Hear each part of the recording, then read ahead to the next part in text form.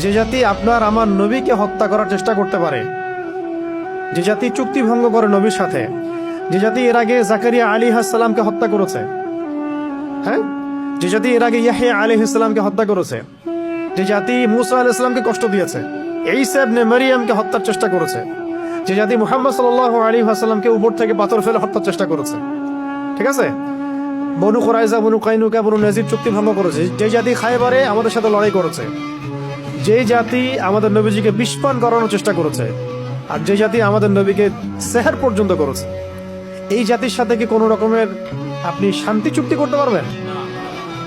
সেই জাতি এবং তার অনুসারীরাই আজকে গাজা করেছে। তা আমরা আমাদের শত্রু থেকে চিনতে পারছি না। শুধু সে একা না, তার সাথে যত রকমের আরবের মুনাফিক আছে এরাও আমাদের শত্রু। তার সাথে যত পশ্চিমারা আতাত করেছে এরাও আমাদের স্পষ্ট শত্রু।